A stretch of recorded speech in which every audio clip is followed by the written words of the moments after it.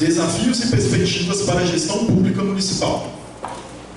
Este evento tem como objetivo fomentar debates e discussões sobre políticas públicas no nosso país, nas esferas municipal, estadual e federal. O evento também tem como objetivo aproximar discentes, docentes e profissionais da área de administração pública, proporcionando compartilhamento, experiências e aprimoramento desta área do conhecimento.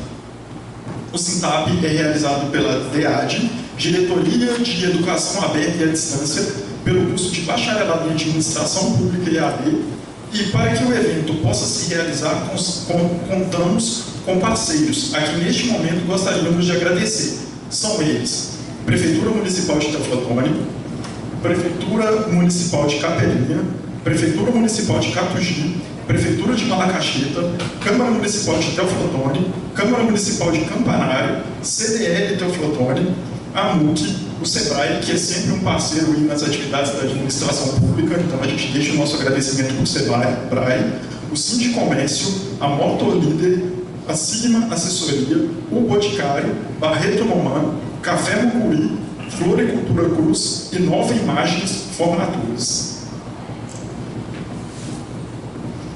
Neste momento, pedimos a atenção de todos, pois daremos início à palestra Projeto de Gestão Ambiental Municipal, ministrada pelo Dr. Leonardo Castro Maia, coordenador regional das Promotorias de Justiça do Meio Ambiente da Bacia do Rio Doce.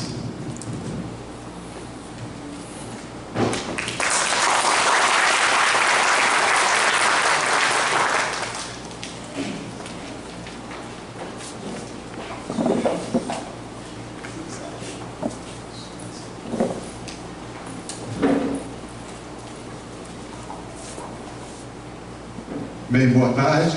Boa tarde. Eu queria primeiro agradecer muito, essa oportunidade. É uma honra muito grande estar aqui na universidade. Eu queria fazer um agradecimento especial à minha colega, a professora Adriana, pela gentileza e pela amizade. Eu vou falar sobre o projeto de gestão ambiental municipal. É um projeto desenvolvido no âmbito do Ministério Público. Eu sou promotor de justiça, sou coordenador das promotorias de meio ambiente da Bacia do Rio Doce. Então, com essa saudação inicial, eu queria fazer alguma introdução com relação ao que seria o Ministério Público. Deixa eu maximizar aqui para facilitar. Assim. O Ministério Público, ele é uma instituição, com sede constitucional, a quem compete a atribuição ou missão constitucional de defender os interesses sociais, os interesses individuais indisponíveis e a ordem jurídica e o regime democrático. Então seria essa a missão do Ministério Público. Essa missão ela se desdobra em uma das atribuições, uma das questões que é de alçada do Ministério Público é a defesa do meio ambiente, enquanto um direito o direito de todos, é um direito difuso, portanto, não é um direito de nenhum dos entes, União, Estados, municípios, mas um direito de cada indivíduo ao meio ambiente ecologicamente equilibrado. É necessário, é essencial a sadia qualidade de vida. Obrigado. Desculpa, acho que eu estou próximo aqui da caixa, acabou dando essa interferência. O Ministério Público de Minas Gerais, especificamente, desde 2001, ele atua por bacia hidrográfica.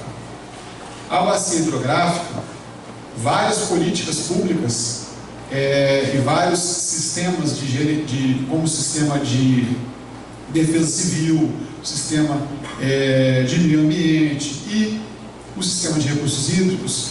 Esses sistemas eles têm como uma unidade de planejamento, uma unidade territorial, a bacia hidrográfica. No entanto, a divisão de atribuições do Ministério Público ela se dá por tema e por determinados territórios, que são as comarcas, o Ministério Público do Estado, a Justiça Estadual e as seções para o Ministério Público Federal, que é um ramo do Ministério Público, embora a instituição seja una e indivisível nos termos da Constituição, e os ramos, né, Ministério Público do Trabalho, Ministério Público Federal, Ministério Público do Estado, Ministério Público Militar. E a bacia hidrográfica é uma unidade de planejamento. De 2001 para cá, o Ministério Público de Minas se organizou para atuar por bacia hidrográfica. Ou seja, ele, atuando na questão ambiental, ele buscou focalizar uma distribuição de trabalho com base na questão ecológica, no ecossistema. Percebeu que, atuando por comarca, ele não estava tendo, ou ele poderia ter um desenvolvimento muito melhor atuando por bacia hidrográfica. Então, isso foi uma inovação do Ministério Público Mineiro, hoje já presente em outros ministérios públicos também, tá? Mas na ocasião uma iniciativa inédita do Ministério Público de Minas. E aí, nessa linha de atuação por bacia hidrográfica, o que nós percebemos em 2013 foi que havia muitas questões comuns em que esse elemento distintivo, digamos assim, nessas questões, era a gestão do município, era a questão dos municípios. Então, nós estávamos pensando em bacia, os municípios têm outra divisão, né? Eles não estão atrelados à questão de bacia hidrográfica. O município pode estar, de repente, numa área que verte águas para duas drenagens, né? Para duas bacias hidrográficas. Mas nós percebemos que nas bacias hidrográficas, vários problemas das bacias hidrográficas estavam relacionados com a gestão que acontecia no âmbito municipal. E aí, esse aqui é um garrancho ali que eu fiz na época, né? E que a gente começou a pensar no projeto e também identificando que cada promotor na bacia hidrográfica, e na bacia do Rio Doce nós somos 44 membros do Ministério Público, a bacia hidrográfica do Doce é muito grande, né? Territorialmente ela é um país. Minas é um grande país, né? Dentro de Minas nós temos vários outros países em termos de território. E a bacia do Doce, ela é uma bacia muito extensa, e nós percebemos que para ter sucesso numa atuação, nós deveríamos tentar ou buscar uma atuação uniforme, uma ação que tivesse uma certa padronização. E nós identificamos questões nas quais nós já tínhamos know-how para atuação. Por quê? Porque já estávamos atuando pontualmente com este ou aquele membro do Ministério Público.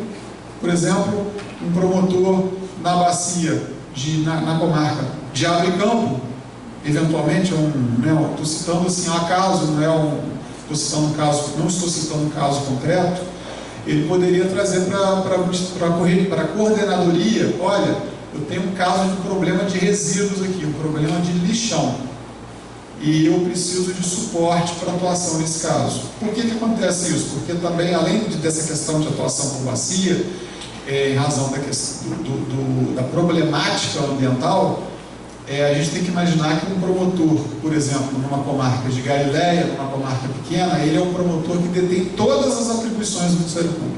Se a gente pensar que ele tem a atribuição de atuar em todos os interesses difusos e coletivos, nós vamos perceber que esse promotor de justiça ele vai atuar, por exemplo, na tutela da criança, do adolescente, saúde, idosos, meio ambiente, consumidor, patrimônio público, crime criminal, geral, furto, roubo, homicídio, júri, juizado especial criminal, que é para pequenas causas, questão de pessoas com problemas mentais, a tutela dessas pessoas, fundações públicas, por exemplo, ou fundações privadas, sobretudo, porque cabe a ele o velamento das fundações privadas. Ele tem um rol de atribuições muito grande. Então ele busca nas coordenadorias temáticas um apoio, um suporte para atuar numa questão especializada.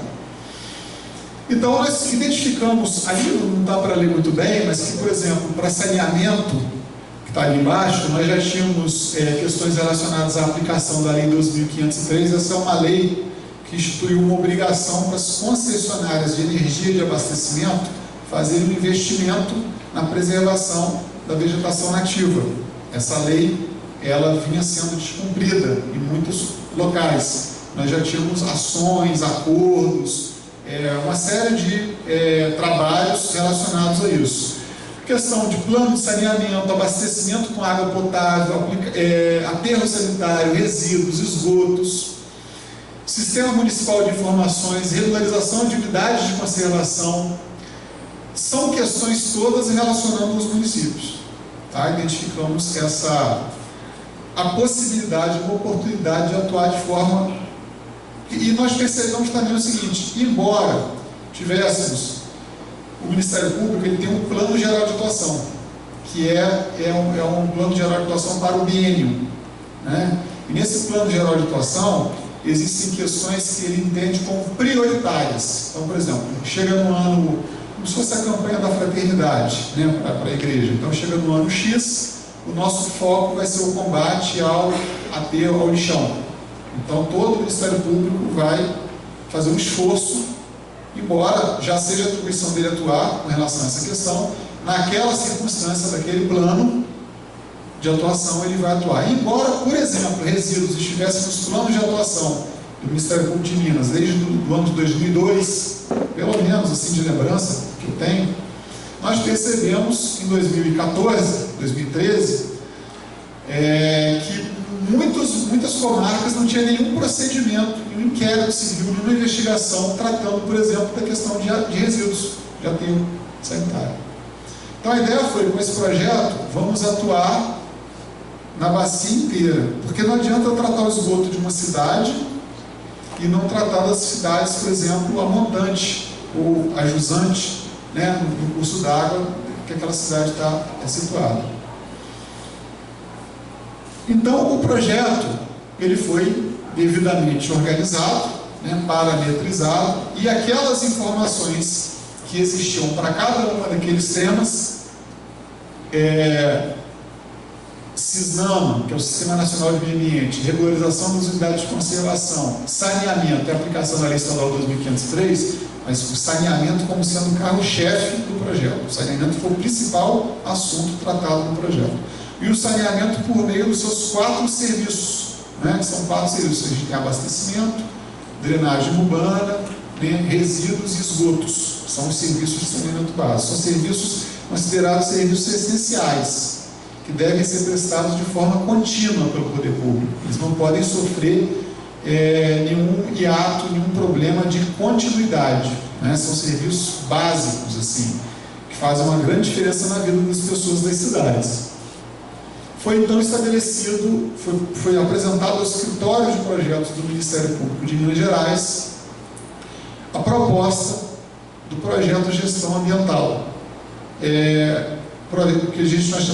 Projeto de gestão ambiental que estava focalizando a questão da gestão, né, da sustentabilidade, né, como o município geria essas questões, de que forma nós poderíamos colaborar e interagir para alcançarmos uma solução que fosse interessante para a população, né, para o destinatário desse serviço. Então esse projeto ele focalizou 9 assuntos, desculpa, eu estou na frente aqui, ausência do plano de saneamento básico. Detalhe que o plano de saneamento básico ele é necessário, ele é condição prévia para, por exemplo, fazer a concessão do serviço público de saneamento. Então, se eu quiser fazer uma concessão, por exemplo, do serviço público de abastecimento de água para a Copasa é uma empresa concessionária, eu preciso ter o plano de saneamento. Se eu não tiver o plano de saneamento, eu não posso fazer a concessão. Essa concessão é irregular. Então eu preciso ter esse plano de saneamento. Porque o plano de saneamento vai dizer quais são os passos, onde é que eu vou investir, vai fazer um diagnóstico daquele município, de onde eu posso tirar água, de onde eu posso dispor resíduos. Por exemplo, numa situação de crise hídrica, nós estávamos vivenciando na época desse projeto, foi 2014, nós estamos em crise hídrica desde 2012, na região sudeste. Nessa circunstância de uma crise, o que eu vou fazer para atender a população? De onde eu vou tirar água? Por exemplo, aconteceu um rompimento de uma barragem, como aconteceu em 2015, o que eu vou fazer? Quais são as providências que vão ser adotadas para atender a população? Vai ser caminhão-pipa? Vai ser tirado de outro manancial de água? qual manancial? Qual a capacidade desse manancial? Eventualmente esse outro manancial não tem capacidade. Então eu não posso utilizar. Então, eventualmente, aquela barragem ela é inviável, ela não pode estar ali, ela não poderia ser licenciada, né? Então, saneamento básico, a questão do tratamento de esgotos, né? Resíduos, a Lei 2.503, que é que eu falei, que tem a ver com o saneamento, né? O saneamento, diria, da bacia, o saneamento ambiental, que é o investimento que a concessionária de água e de energia tem que ter para manter a disponibilidade hídrica, para manter água em qualidade. Ela tem que pegar 0,5% da receita e investir na água. E para isso, 1/3 tem que ser em mata ciliar, em vegetação nativa nas matas ciliares dos cursos d'água. A questão do sistema de licenciamento ambiental, porque nós percebemos que muitos municípios estavam licenciando e quando eles não podiam licenciar, porque, por exemplo, eles não tinham nenhuma equipe técnica para fazer o licenciamento ambiental. Então, como é que ele pode dar licença para alguém e falar, olha, pode poluir, ou pode explorar esse recurso hídrico, mas eu não tenho um engenheiro naquela área, por exemplo, não tenho um biólogo, não tenho um químico, não tenho nenhum geólogo, né? Outra coisa é que a lei dispõe que o município, para exercer essa competência licenciatória, ele tem que ter um conselho municipal de meio ambiente. Muitos municípios não tinham um conselho municipal de meio ambiente, né? Então, outra questão é a ausência do sistema municipal de informações ambientais, a não comunicação ao Ministério Público das infrações ambientais e, finalmente, os problemas de criação e regularização de unidades de conservação.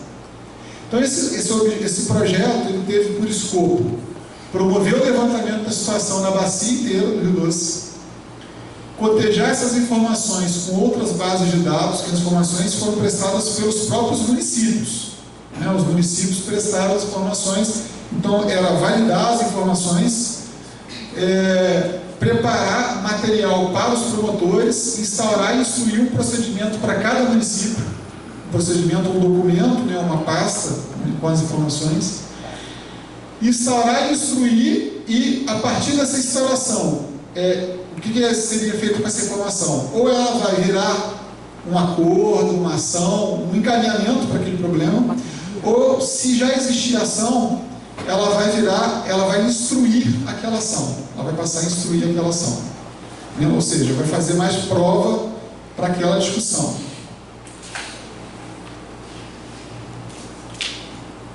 Uma outra coisa interessante foi o seguinte: esse projeto ele não foi realizado só pelo Ministério Público, ele foi uma parceria do Ministério Público com o Comitê de Bacia Hidrográfica do Rio Doce. Então, o Comitê de Bacia é o que nós chamamos de Parlamento das Águas. O Comitê de Bacia é o local onde se discutem as questões relacionadas ao gerenciamento dos recursos hídricos, com base na bacia, no território da bacia hidrográfica. E nós identificamos que o Comitê de Bacia ele tinha um escopo, um objeto muito semelhante ao que nós, do Ministério Público, também, né, tinha uma missão deles, legal, é muito semelhante no que diz respeito, lógico, ao gerenciamento de recursos hídricos, e nós tínhamos uma oportunidade, uma possibilidade de parceria, né, de troca de informações e de uma atuação que pudesse criar valor para ambos, né, a partir da atuação em sinergia do Ministério Público com esse órgão que é o Comitê de Bacia. O Comitê de Bacia tem uma agência de águas, que no caso é o Instituto Bioatlântico. Então também estreitamos relação. Então nós observamos que esse projeto ele tinha uma série de questões que estavam muito afinadas, digamos assim, com o nosso plano estratégico. Então, além do plano geral de atuação, que é bienal, a gente tem um plano estratégico. E esse plano estratégico do Ministério Público, ele é de 2010-2023. Ele é um plano de longo alcance que a instituição tem. E nesse plano, nós identificamos vários pontos que havia uma correlação muito próxima, umbilical mesmo, entre o que nós pretendíamos realizar, o comitê, o nosso planejamento. Então, por exemplo, no nosso planejamento estratégico existem 5 temas que são prioritários. O meio ambiente é um deles. O planejamento estratégico do Século de Minas. Mas no planejamento estratégico existem algumas questões, como por exemplo, buscar resultados para a sociedade na defesa do meio ambiente e da saúde. São aqueles pontos que eram pontos de destaque, entre esses 5 pontos, meio ambiente e saúde, porque o saneamento básico ele gera um forte impacto na saúde, porque a maior parte das pessoas que estão internadas em hospitais estão nessa condição em razão de problemas de saneamento, por exemplo, contato com água contaminada, ou com rejeitos, resíduos, então o descarte, né, a destinação inadequada, né, de esgotamento sanitário, tudo isso gera problemas de saúde para o cidadão. Então, existia essa relação. Uma outra questão é que no relacionamento externo, o projeto ele fomentava a fiscalização e adoção de políticas públicas, que eu acho que tem muito a ver, né, com o que é o objeto aqui hoje desse evento, né? Por isso que esse projeto eu acho que ele tem muito a ver com o que está sendo discutido. Aprimorar a interlocução externa. No caso, nós percebemos que isso propiciava esse aprimoramento com os comitês de bacia, né? Com os comitês de bacia. Além disso, nos processos internos do Ministério Público, esse projeto ele tinha a possibilidade de gerar eficácia na atuação do Ministério Público, ao invés de atuar um aqui, entra com uma ação num ponto da bacia, o resto da bacia não trata daquele assunto, como nós temos que tratar da bacia inteira, de forma massiva, havia a possibilidade de uma eficácia. Outra questão, racionalizar, otimizar e padronizar.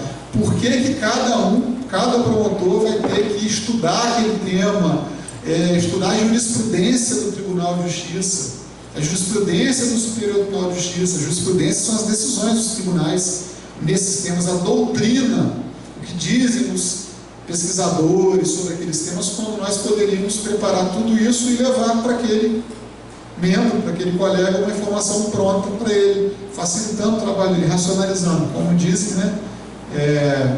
Esse é o princípio do, como é que é, no mundo nada se cria, tudo se copia, né? Na verdade é mais ou menos por aí. Para que ter o esforço de vários órgãos na pesquisa, na discussão dessas questões, quando nós poderíamos oferecer isso, né, para os colegas? Interessante uma questão. Quando eu falei que a gente atua por bacia hidrográfica, eu sou o coordenador da bacia do Doce, mas é interessante a gente levar isso para a situação do Ministério Público, porque o Ministério Público ele dá uma peculiaridade. Cada órgão tem independência funcional, justamente porque esses órgãos, como eles lidam com interesses muito, às vezes, antagônicos, como nós, na atuação do Ministério Público, assim como no quadro judiciário, é uma atuação que ela gera reações muito fortes, no sentido de concordância ou contrariedade.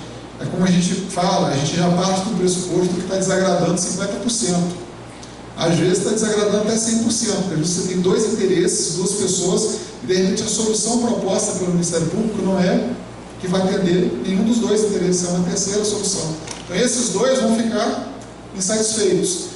Contrair interesses políticos, né, locais, são muitas forças que cada um desses órgãos do Ministério Público está sujeito a sofrer, né, de influência, no sentido de pessoas que, por exemplo, não querem que uma determinada ação seja proposta, que seja ajuizada, que seja julgada nisso ou naquele sentido.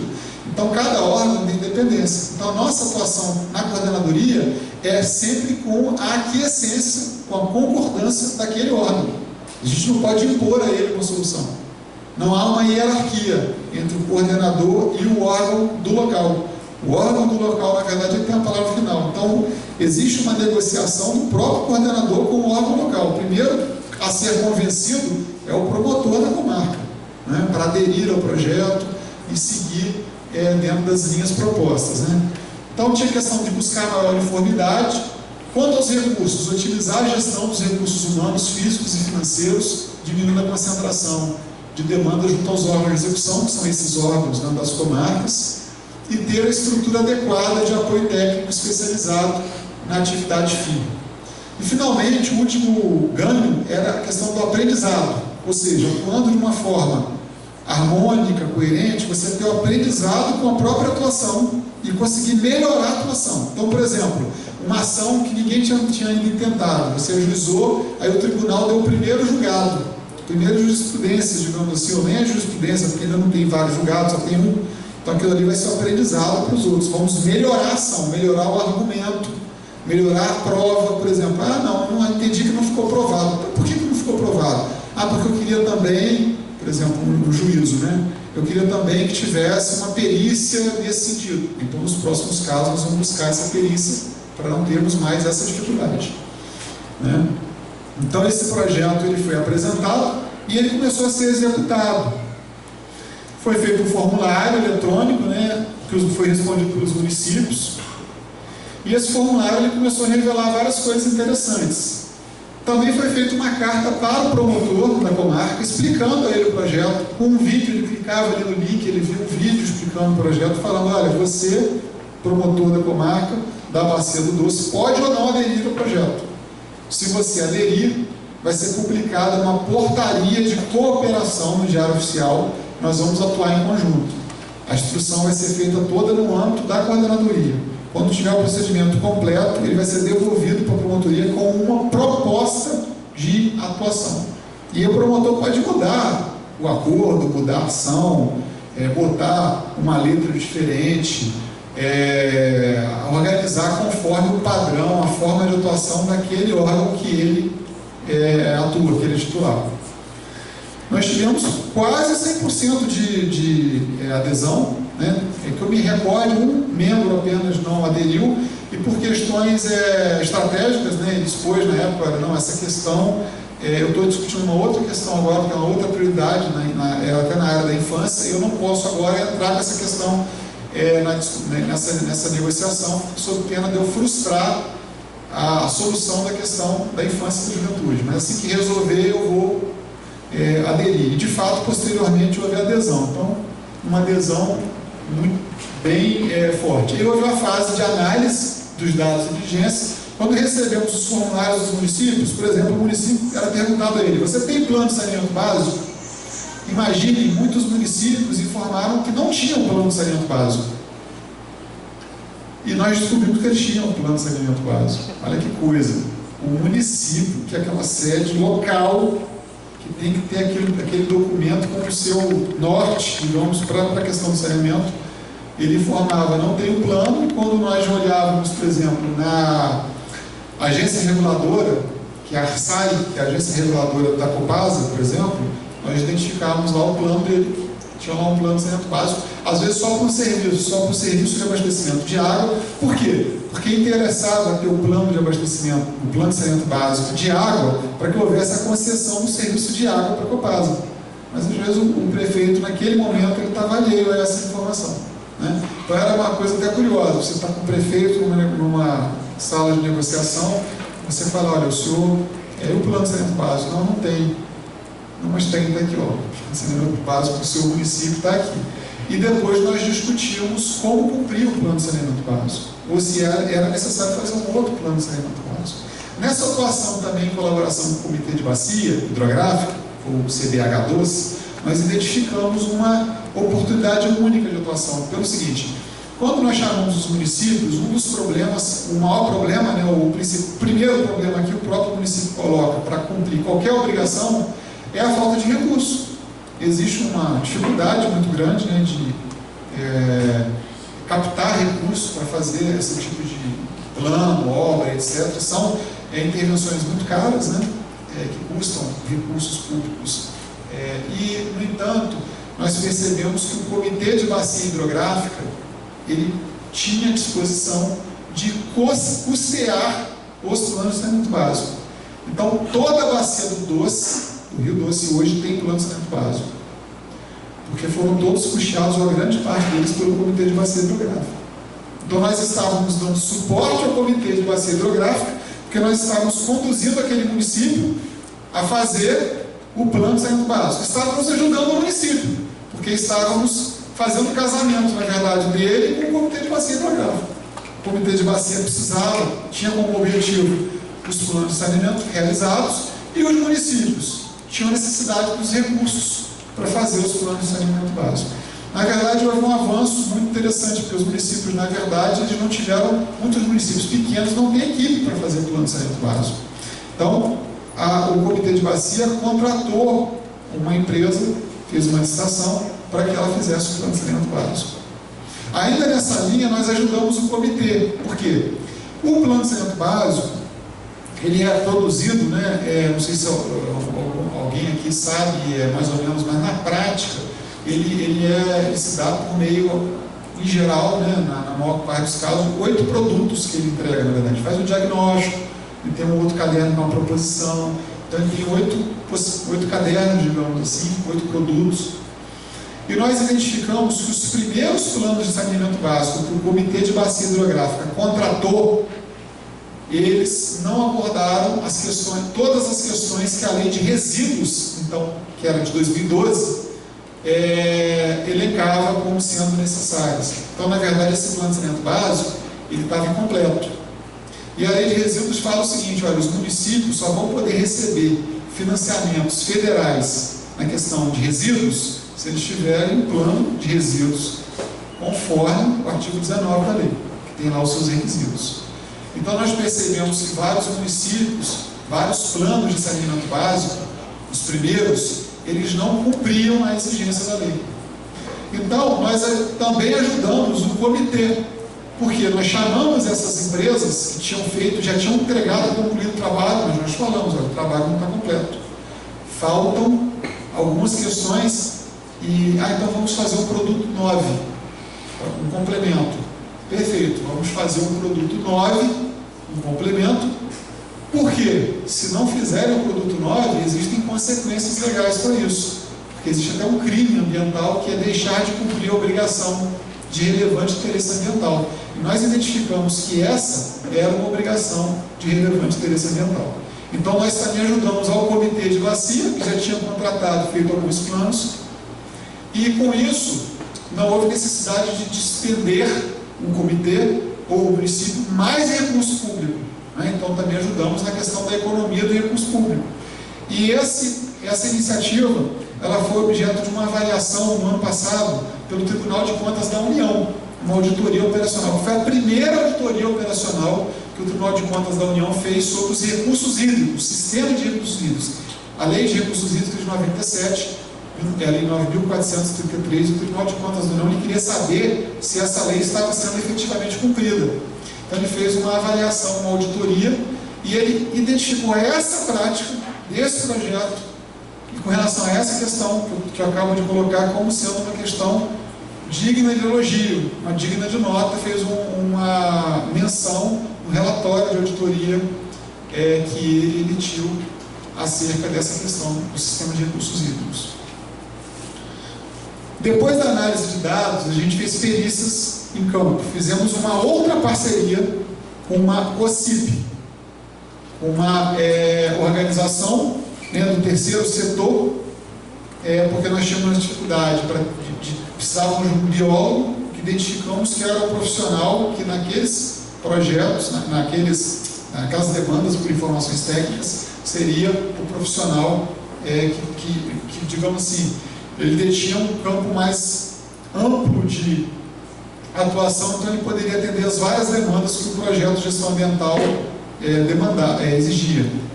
E fizemos um termo de cooperação técnica do Ministério Público, uma OCIP chamada Instituto Prisch. Ficamos com uma bióloga que trabalhou conosco, mas não sob subordinação do Ministério Público. Ela assumiu um compromisso em cada um dos procedimentos de desenvolver a atividade dela de forma totalmente independente e técnica. Porque, na verdade, o nosso objetivo do Ministério Público era um diagnóstico independente, um diagnóstico profissional, técnico. E assim foi feito. Ela assinou um termo de compromisso em cada um dos procedimentos de exercer essa atividade de forma absolutamente independente, um munus, né, público, sob pena de ser processada, né, por crime, se ela porventura tivéssemos a constatação de algum desvio dela, né, de algum atendimento, algum pedido, alguma coisa nesse sentido.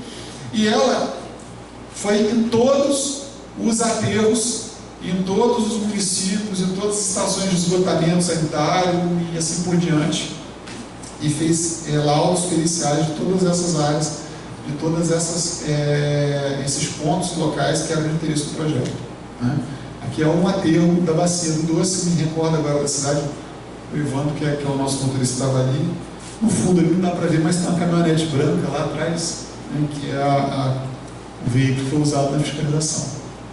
E na sequência, vieram as negociações. Nós tratamos com cada município, porque o norte não foi processar ninguém, não foi demandar.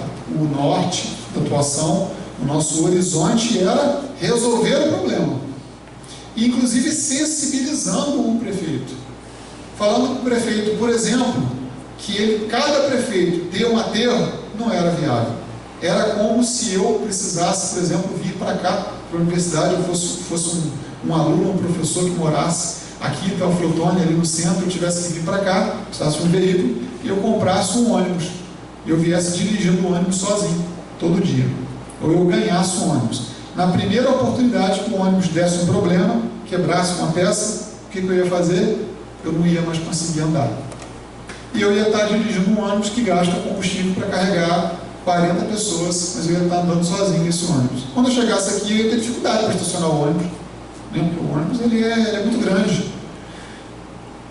Então é isso que acontece com os aterros, porque os aterros, eles criam impacto naquela área. Aonde tem um aterro, eu não posso ter mais nada, eu não posso construir casa, eu não posso ter outras utilizações para aquele solo, né? Ele fica um solo, ele é contaminado, por mais que eu adote todas as providências, né, de impermeabilização e etc., ele emite gases, né, ele tem uma série de inconvenientes. E imagine cada município criando seu aterro, que na verdade é o seu lixão, causando impacto, né?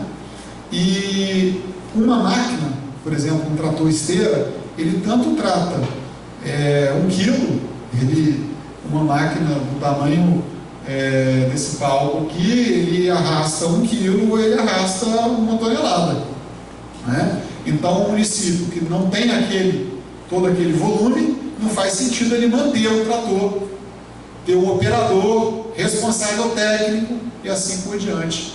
Que essa questão grosseira, né? Essa comparação que eu fiz, grosso, de conduzir um ônibus, seria mais ou menos isso.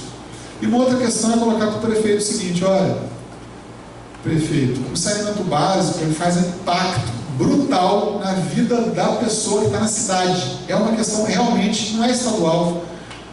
Pode ter existe uma colaboração do Estado, da União, eventualmente, mas a questão ela é primordialmente, o maior interessado tem que ser o município. Porque o impacto é na vida do município, do cidadão. Esgotamento sanitário inadequado, ele gera um problema de saúde, que as pessoas vão onerar a folha de saúde do município, porque elas vão ficar internadas, vão tomar remédio, não vão trabalhar naquele dia, porque está com dor de cabeça, está com dor de barriga, é um dia que ele não vai poder exercer uma atividade. As crianças não vão aprender, as crianças eventualmente vão ter um desenvolvimento inadequado, e as crianças, algumas questões, elas só desenvolvem em determinadas idades, né? Então não adianta depois que tomou remédio e passou, a criança ela perdeu aquela fase, aquilo é uma janela que ela tem, né? Então já era, ela perdeu aquilo, ela não vai recuperar depois, ou ela vai recuperar com muito esforço que ela vai ter que ter depois para ela fazer, ela superar os problemas de déficit, né, de aprendizado e etc. que ela tem, razão de falta escolar, de dor de cabeça, de dor de barriga, de problemas de saúde, pele e assim por diante, e até problemas que na verdade vão causar sequelas permanentes na construção desse indivíduo, né, desse pequeno cidadão. E nós colocamos o prefeito: olha, o senhor veio aqui, olha, está dirigindo uma caminhonete, aí você tira o celular, põe na mesa, é um iPhone, na televisão é uma tela plana que tem em casa. Então assim, nós vivemos um aparente primeiro mundo, mas na verdade, quando a gente vai olhar a questão do esgoto, nós estamos igual ao pior país do pior lugar do mundo, o lugar que tem maior dificuldade. Você pega às vezes países que estão na Ásia, ou por exemplo na África, ou na própria América do Sul, que estão numa situação assim, não tem nem governo, não tem prefeito, está em guerra, é uma vila, é uma aldeia, as pessoas não têm esgoto, não tem nada. E quando a gente pensa no nosso saneamento básico, no saneamento nós estamos igual a esses locais. quando nós estamos organizados, né, politicamente, temos prefeito, temos polícia, temos exército, temos Câmara de Vereadores e tudo, iPhone, computador, tela plana, mas quando transporta para o saneamento, nós caímos lá embaixo. E isso não pode permanecer dessa forma. Porque às vezes o saneamento básico é uma obra que ela fica deixada de lado, porque ela é onerosa, ela é cara, né? Mas não só por isso, ela é uma obra que às vezes, como dizem, não aparece, né? Um esgotamento, está ali embaixo da terra, etc. Mas está fazendo uma grande diferença na vida das pessoas. De repente vai preferir fazer uma praça, vai preferir fazer uma rua, vai preferir fazer um viaduto. Às vezes uma cidade pequena, um viaduto para quê? Um viaduto, né? Numa cidade pequena é muito mais importante ter uma estação de tratamento de esgoto. Então, era a tarefa sensibilizar. E fazemos termos de audiência, por exemplo, esse aqui, né, foi um que deu acordo, e encaminhávamos o procedimento para o Ministério Público. Aí nós desmembrávamos, como são 9 assuntos no procedimento, à medida que nós íamos resolvendo os assuntos, nós desmembrávamos e mandávamos para a comarca, mandávamos para o promotor, resolvido. Em alguns casos, não era possível resolver. Esse aqui são os acordos, né, os TACs. Fizemos vários acordos. O acordo ele cria um título executivo judicial. Às vezes o problema não vai ser resolvido logo, ele vai ser resolvido com muito tempo ainda. Por exemplo, vai ter que fazer a estação de tratamento de esgoto, fazer uma interceptação, isso vai demorar 3 anos de obras, mas nós conversávamos com o prefeito, é importante começar.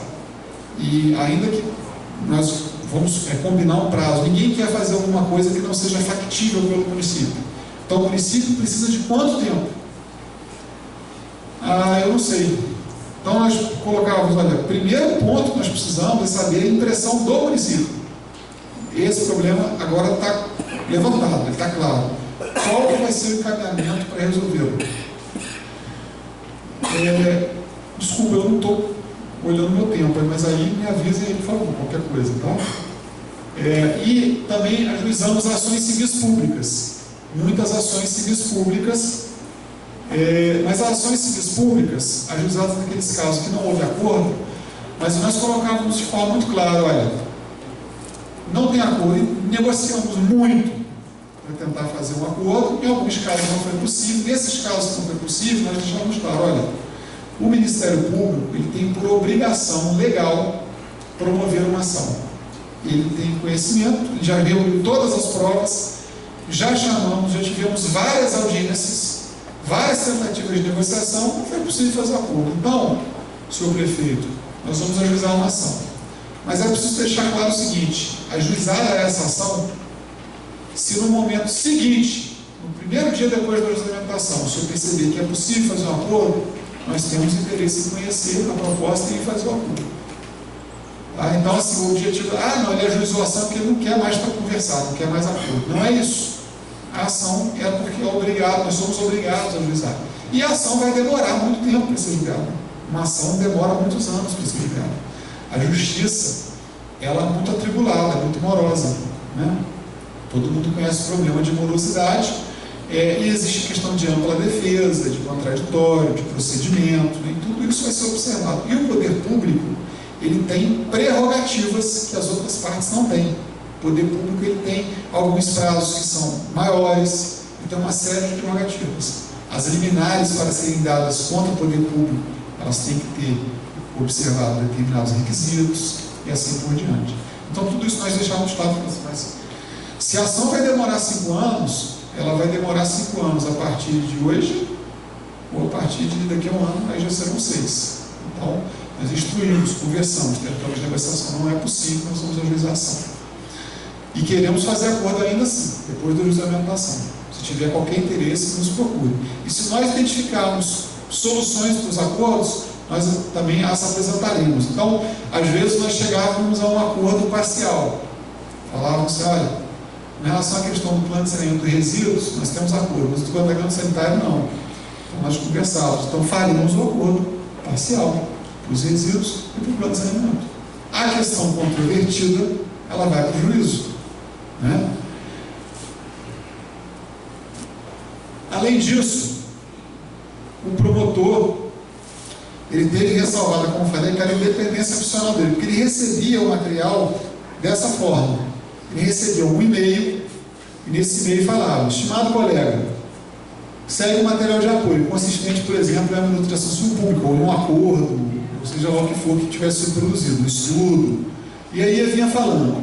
Os autos físicos seriam via correios, por exemplo, ou quando às vezes eles eram eletrônicos, né? Mas às vezes eles eram físicos, dependendo da comarca.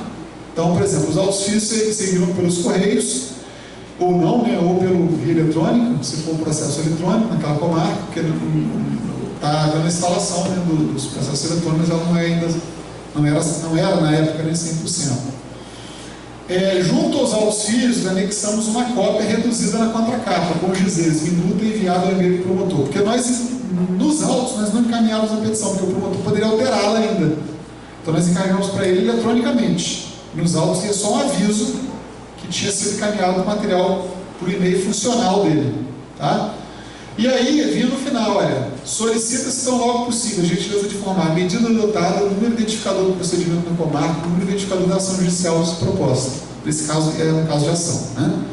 Então, porque nós tínhamos que ter o controle por causa dos indicadores do nosso projeto. Porque o nosso projeto não é acompanhar a ação até o final, era essa fase de levantar os problemas, preparar, negociar e fazer o acordo, ou ajuizar a ação, ou arquivar. Naqueles casos, por exemplo, começava a investigar, descobria que tinha resolvido o problema. A gente arquivava aquele procedimento. Não vai ter ação, não vai ter acordo, não vai precisar ter nada. Né? Aí vinha pedindo para ele também o seguinte: acaso utilizado o material de apoio, quer dizer, se você, se o promotor utilizar, solicita-se também o envio da versão final da peça. Porque se ele fizesse aprimoramento na peça, que nós julgássemos que fosse um aprimoramento interessante para os outros casos futuros, nós incorporávamos aquilo no nosso. Então, é um projeto que vai aprendendo, né, com ele mesmo. E vinha também no final uma pesquisa de satisfação. Vinha assim: concluída essa etapa, a atividade desempenhada por Vossa Excelência, é muito importante avaliarmos a satisfação acerca do trabalho realizado, para que tenhamos um retrato fiel daquilo que foi executado, tanto em seus pontos fortes como em suas oportunidades de melhoria. Este é o nosso principal subsídio para atuarmos em prol do contínuo aperfeiçoamento das nossas atividades. Para realizar a avaliação, clique aqui. O promotor clicava, ele avaliava. Interessante é o seguinte: nós pensamos assim, o promotor, ele é muito ocupado, muito. Ele não vai conseguir responder o nosso formulário. Ele mal... Teve caso que a gente mandou a peça para o promotor. Olha que coisa interessante, porque essa questão de o anexado na contracapa, quando era físico, uma outra via, a gente fazia em reduzido. Numa folha, vinha 4 laudas pequenininhas. Não era para ele usar aquilo, era só para ele saber que teve procedimento. Porque teve 2 casos, que nós encaminhamos material para ele, passado alguns meses, ele nos mandou o inquérito de volta, pedindo apoio. Porque, na verdade, quem recebeu, às vezes, o apoio foi um promotor que foi promovido ou removido. Ele não chegou a ter contato com o inquérito. Chegou um outro promotor, viu aquele inquérito, e falou: vou pedir apoio à coordenadoria do meio ambiente. Mandou para a gente. Então, assim, é muito difícil conversar com esse promotor, porque ele está muito ocupado. Se eu ligar para ele agora à tarde, ele tem audiência. Hoje mesmo aqui, a doutora Marcele, que é a promotora aqui de Teoflotone, ela esteve aqui, parece, mas ela acho que teve de ir embora, não está mais aqui. Naturalmente ela tem audiência, não sei o que lá, então ela veio no intervalo. Então nós tínhamos essa preocupação. Então nós fizemos uma avaliação no formulário com 3 perguntas, bem simples. O promotor, ele avaliava a questão do tempo de atendimento, a questão... Deixa eu ver se tem um formulário aqui. Não. A questão do tempo de atendimento, a questão da qualidade do serviço, de 1 a 10. Tempo de atendimento 1 a 10, qualidade do serviço 1 a 10. E uma pergunta simples: foi útil? Ele respondia sim ou não. Tá? Resultados do trabalho, né? A gente teve aqui, eu não vou ficar falando os números, mas a gente teve, por exemplo, deixa eu ver se eu consigo ler ali, 353, né? Não foi mais do que isso, procedimentos já por estourado, 218 procedimentos que nós recebemos dos promotores, 317 notícias de fato, o número de ações civis públicos, acho que foi 319, 29 acordos, 33 inquéritos civis arquivados até essa data desse relatório. Né? Na verdade, esse relatório, o projeto não tinha terminado ainda. Além disso, agora ficou melhor, 163 procedimentos, 218 procedimentos de inquérito civil, e assim por diante. Ele tem, olha, 55 disposição de resíduos, 31 é plano de gestão de resíduos, 92 coleta de tratamento de esgoto, toda a bacia foi tratada. No ano de 2018, a gente teve o primeiro Fórum Mundial das Águas no Hemisfério Sul, foi realizado em Brasília. Esse projeto ele foi selecionado para essa publicação, Águas de Minas Gerais, compartilhando experiências. Então ele foi publicado nessa revista, que é do Fórum Mundial, Projeto de Gestão Ambiental, uma experiência de cooperação na Bacia do Rio Doce. Além disso, esse projeto ele foi premiado com o primeiro lugar pelo Conselho Nacional do Ministério Público com um plano de gestão profissional. Então, são várias categorias, e nesse mesmo ano de 2016, por exemplo, foi premiado na questão na área de patrimônio público, de probidade administrativa, a Lava Jato, a Operação Lava Jato. E no âmbito do meio ambiente de gestão profissional, foi premiado o projeto da Bacia do Doce.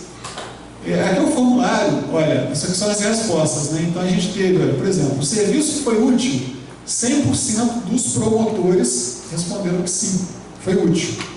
Então, assim, isso já foi uma questão, por isso eu acho que a pergunta ela é muito restrita, mas depois vinha um campo aberto, o promotor escreveu o que ele quisesse. Então, ali ele podia colocar, olha, eu gostei da pedra, da jurisprudência, ou eu não, que eu tive que complementar e tal.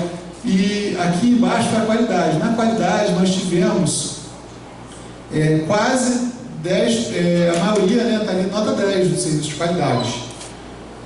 Tivemos uma nota 6, que respondeu por 2% das respostas. E os encaminhamentos finais. Além da questão do projeto, quando nós terminávamos, às vezes nós identificávamos um crime. Então, quando nós identificávamos crime, nós encaminhávamos aquilo para o órgão do próprio Ministério Público, que eventualmente era aquele mesmo promotor por persecução penal, ou para o Procurador-Geral de Justiça, também por persecução penal de alguns agentes públicos que detêm o foro de prerrogativa, de função. Então aqui está uma comunicação falando lá, olha, no escrito cumprimento, encaminha a Vossa Senhoria cópia dos documentos noticiando poluição ambiental. Requisito de instalação de procedimento administrativo capítulo. Isso aqui é para o órgão ambiental, porque às vezes o empreendimento estava operando sem a licença ambiental, eventualmente tinha essa questão da responsabilidade. Aqui a questão criminal, para o procurador, para a atuação dele no âmbito criminal. Isso aqui é o planejamento estratégico, que eu botei aqui no final, só para situar, na verdade, no alinhamento. Olha que coisa interessante, a questão de saúde e meio ambiente, são um dos 5 temas, que é lá, combate à criminalidade é um, infância e juventude é outro, e sonegação e corrupção é o terceiro ali do meio. Então nós identificamos esses 2 no projeto, conseguimos tratar então dos 2 temas principais do planejamento, a questão da fiscalização das políticas públicas para melhoria dos indicadores de transformação da realidade social, aprimorar a interlocução dos demais órgãos, a questão da eficácia na atuação, a racionalização, padronização, a busca por maior uniformidade na atuação, porque também tem esse detalhe, a uniformidade ela traz em si um sentido de justiça. Porque imagina um promotor de uma comarca, por exemplo, ele está entrando com ações, ele está adotando medidas que são uma postura mais, digamos, rigorosa, e de repente tem um outro, numa comarca do lado, que naquele caso ele entende que não é o caso, ele arquiva, ou ele faz um acordo diferente, etc. Então, o ideal é que todos sejam tratados da mesma maneira, Esse é o ideal de justiça. Naturalmente, cada município, cada situação tem as suas particularidades, suas peculiaridades. Nós pegamos, por exemplo, municípios muito pequenos, município bem pequeno, com uma população pequena, tinha 7 estações de tratamento de água. Ele teve um forte investimento nessa questão de tratamento de água. De municípios gigantescos, como por exemplo, o maior município de população da Bacia, não tinha nenhuma estação operando, o Governador Valadares, que é a sede da promotoria, da coordenadoria. Utilizar a gestão dos recursos humanos, físicos, pela estrutura, eu já estou encerrando. Então, esse aqui é uma passagem, né, assim, bem panorâmica sobre o projeto. Ele foi encerrado, né? Hoje tem alguns procedimentos ainda retardatários, porque o que aconteceu? O projeto teve o seu tempo, né? Por exemplo, consultar os promotores, quem quer aderir, quem não quer aderir. Mas depois, passado 1 ano, 2 anos, de repente veio um promotor e falou: olha, fiquei sabendo que tem uma iniciativa assim e eu queria aderir. Então, para esse caso, nós adotamos o mesmo procedimento, mas ele, de certa forma, ele ficou fora do projeto, né, digamos, daquele esforço. Porque, por exemplo, não é possível mais fazer a perícia. A nossa parceria com a OCIP terminou. Ela ficou conosco durante 2 anos, depois terminou. E assim por diante. Mas isso aqui seriam as linhas gerais. Eu queria concluir agradecendo mais uma vez, né, o convite, a gentileza, a atenção, né, de todos, e me coloco à disposição, tá, para qualquer esclarecimento. Eu já... Vai para abrir? Vai para... E muito obrigado. Okay?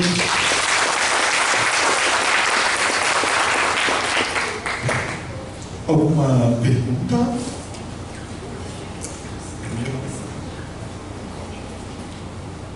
Doutor Leonardo, eu tenho 2 perguntas. A primeira é com relação ao Ministério Público. Ele é detentor da tutela do meio ambiente.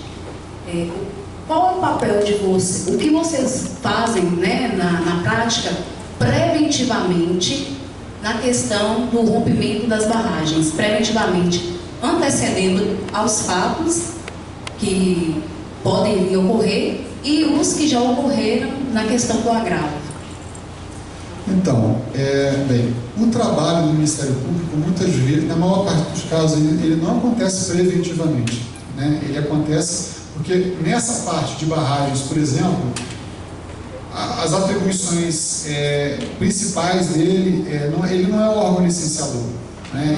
Quem licencia uma barragem, quem fiscaliza uma barragem, são os órgãos públicos do Poder Executivo. O Ministério Público é um órgão de controle, né? Então ele é um órgão de controle dos órgãos públicos.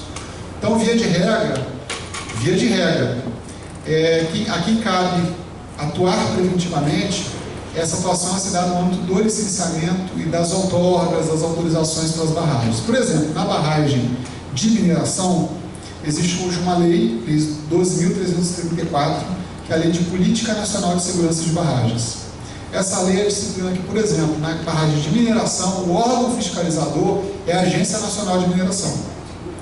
Mas também tem o órgão ambiental, que pode ser um órgão estadual ou pode ser um órgão federal, dependendo do tamanho da barragem, onde ela está localizada, de uma série de circunstâncias. Então, o Ministério Público, ele atua muito de forma a responsabilizar infratores, porque a tutela dele principal é a persecução penal e a responsabilidade civil por danos ambientais. Então, quem ajuizou a ação, por exemplo, em razão do rompimento das barragens ou da situação de emergência para indenizar, é o Ministério Público. A atribuição dele, ele assim ajuizou.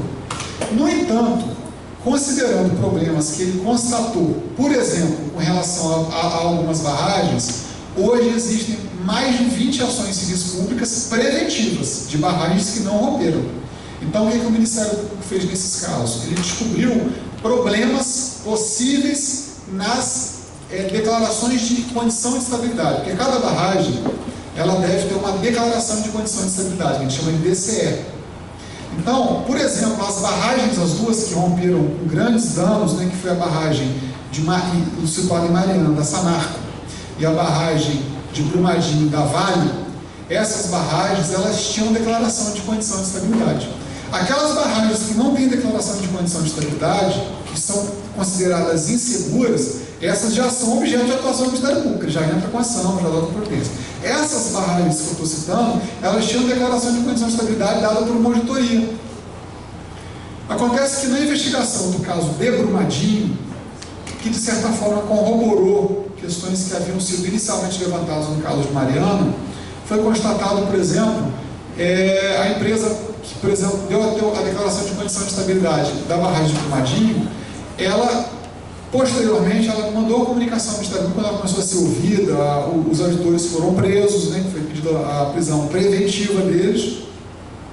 Esses auditores, eles falaram o seguinte: olha, nós não nos responsabilizamos mais pelas declarações de condição de estabilidade que foram dadas para essa e para outras tantas barragens. Nós não acreditamos mais no sistema brasileiro de certificação da condição de estabilidade de barragens. Nós retiramos a declaração de condição de estabilidade.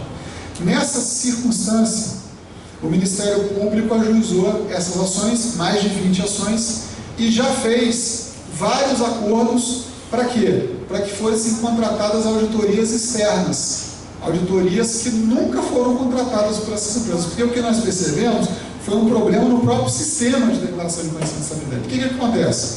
Quem escolhe a empresa auditora é a empresa mineradora. Então o que aconteceu é que com o tempo esse mercado começou, isso foi, não sou eu que estou criando, isso foi dito em oitivas, né, já publicado pelos próprios auditores, começaram a estar assim, olha, eu me senti, o auditor, eu me senti pressionado a dar a declaração de condição de estabilidade, porque senão eu não seria mais contratado a dar as declarações de condição de estabilidade. E além disso tem uma outra questão, eu dei a declaração de condição de estabilidade, mas eu elenquei obras que deveriam ser realizadas, e elas não foram realizadas, por exemplo.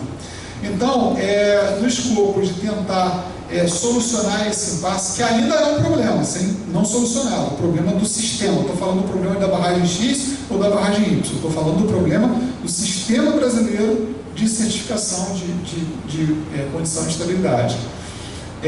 O que foi percebido foi que, em razão dessa dependência, dessa relação muito próxima que acabou se estabelecendo entre o auditor e a auditada, nós tínhamos necessidade de ter uma auditoria totalmente externa que nunca tivesse sido contratada. E assim foi feito, por exemplo, na Bacia do Doce, com a barragem da mina de Gombo Soco, que fica em Barão de Cocais, que está em condição de risco nível 3, que é a condição mais elevada que existe de risco para barragens. A condição 3 equivale à barragem rompida ou com rompimento iminente. Então, naquele caso, foi feita uma ação preventiva, porque a barragem não rompeu, né? E em vários outros casos, de Tabira, as barragens todas ali da Vale de Tabira, eu estou citando o caso do Rio Doce, a gente pode extrapolar, porque isso foi para Minas Gerais inteira, as barragens de Nova Lima, então várias barragens de várias empresas estão hoje sob auditoria externa, feita em razão de uma ação ou de um acordo. Também foram feitos vários acordos em que o Ministério Público indicou ou concordou com a indicação de uma empresa externa. E com a condição de que aquela empresa auditora nunca tenha sido contratada, nunca tenha prestado serviço para aquela empresa auditada, nessa circunstância excepcional que nós estamos vivendo. É lógico que ela não resolve o problema das auditorias. Aí vai ter que haver alguma evolução legislativa, né, normativa. Por exemplo, tem experiências em alguns países em que quem faz a auditoria são empresas que se cadastram, e quando, por exemplo, uma empresa mineradora quer uma auditoria, ela não vai escolher a auditoria, ela vai no governo e fala o seguinte: governo, eu quero fazer uma auditoria na barragem toda. E o governo vai falar assim: a sua auditoria vai ser a número 3, a próxima vai ser a número 4, a próxima vai ser a número 5. Então, existem sistemas em que o próprio governo, por exemplo, vai indicando as auditorias. Existe outra possibilidade, seria o próprio poder público fazer a auditoria. Mas acontece que essas auditorias e esses casos, eles são de tal forma complexos e únicos, que o poder público, os órgãos ambientais não detêm know-how, não detêm competência para fazer uma auditoria desse tipo.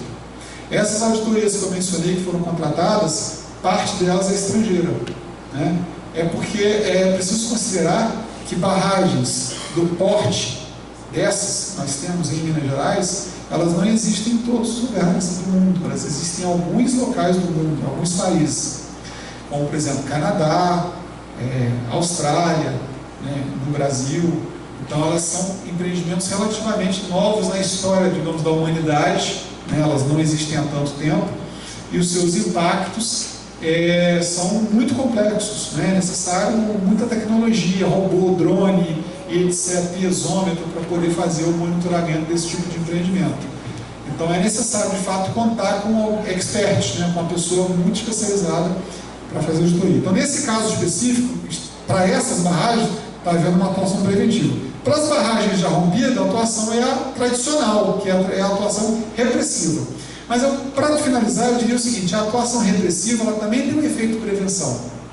Naquela medida, na medida em que o Ministério Público consiga, por exemplo, fazer a persecução penal ou a responsabilização civil de uma empresa e consiga fazer a condenação de um determinado agente que foi responsável pelo rompimento, tende a haver uma transformação no mercado para os outros, porque os agentes, como aconteceu nesse caso, inclusive, né? Porque a partir do rompimento de Braga e Medina, nós tivemos várias barragens entrando em emergência.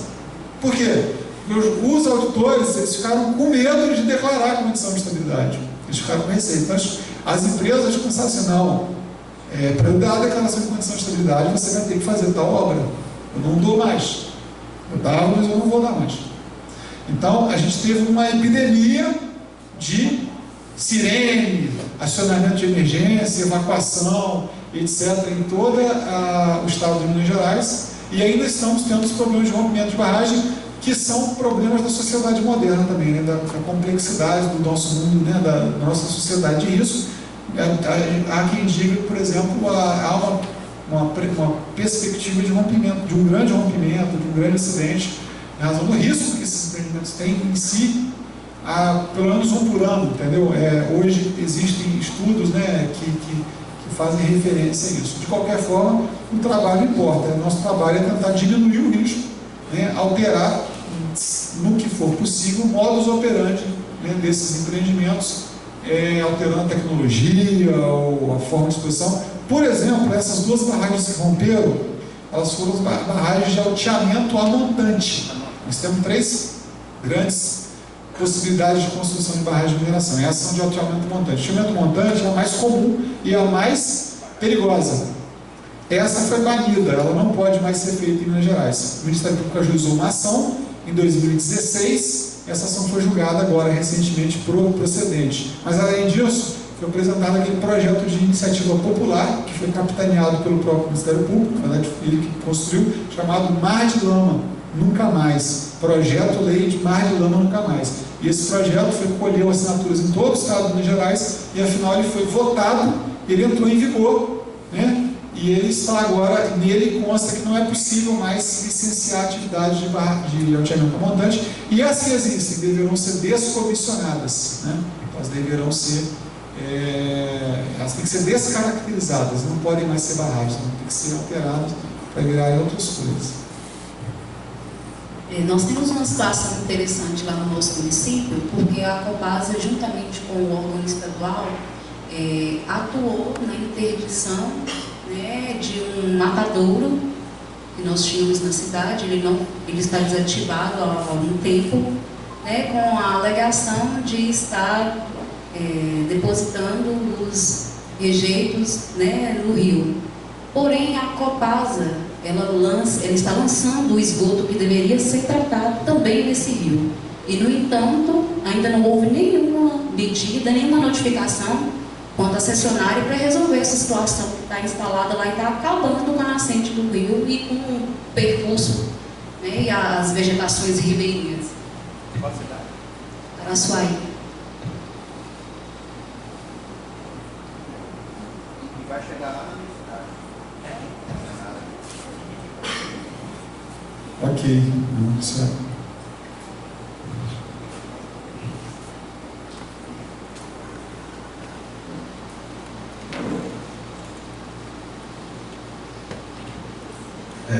Boa tarde.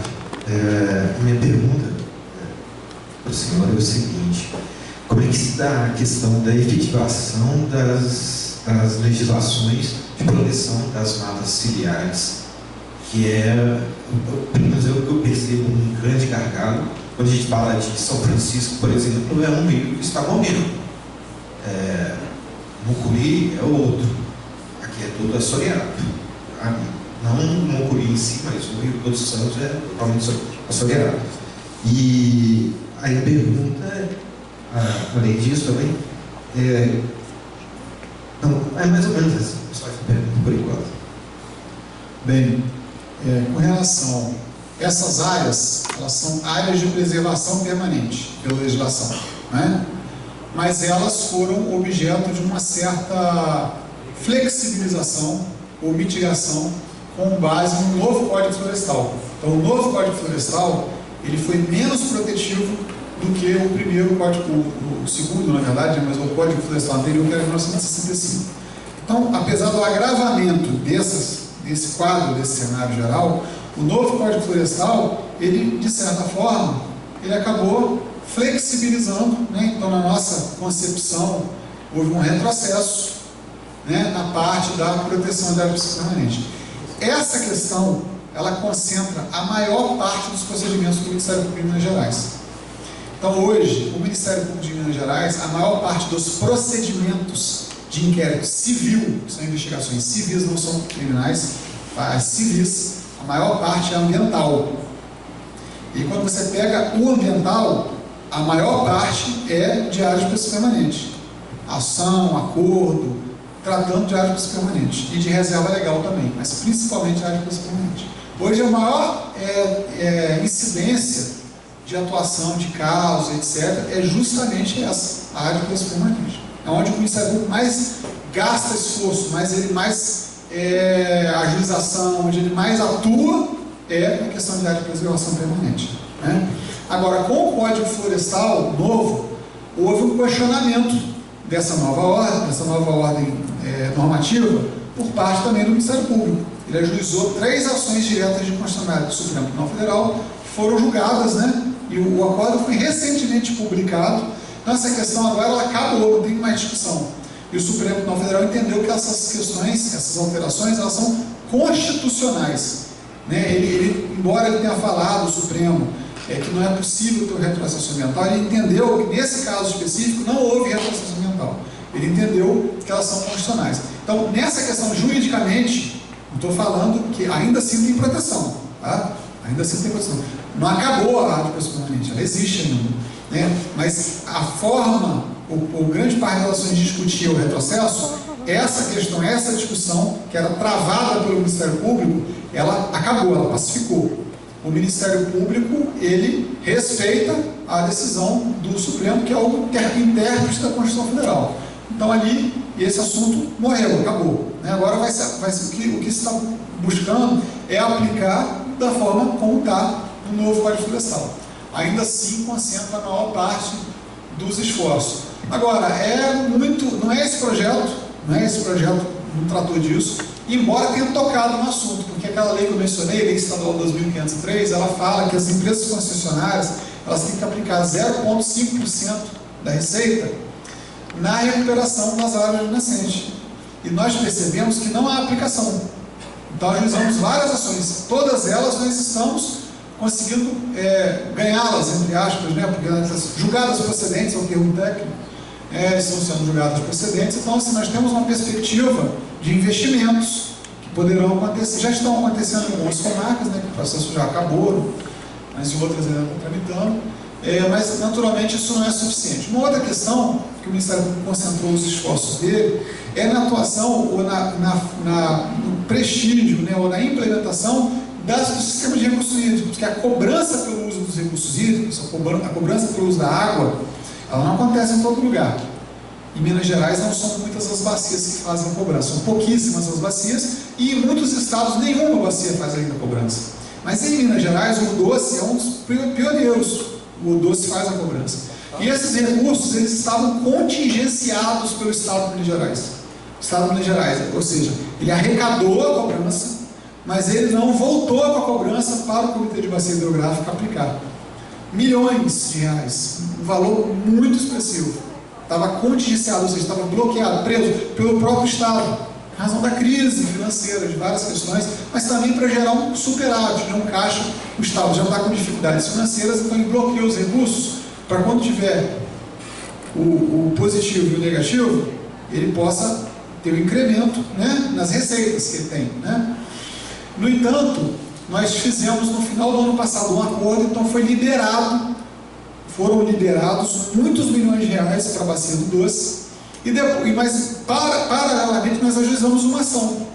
E essa ação também foi julgada recentemente, há poucos meses, não sei, 3 meses, um pouco mais do que isso, talvez não me recordo agora, mas sim, recente, ela foi julgada procedente no sentido de reconhecer que houve contingenciamento e determinar que o Estado libere os recursos.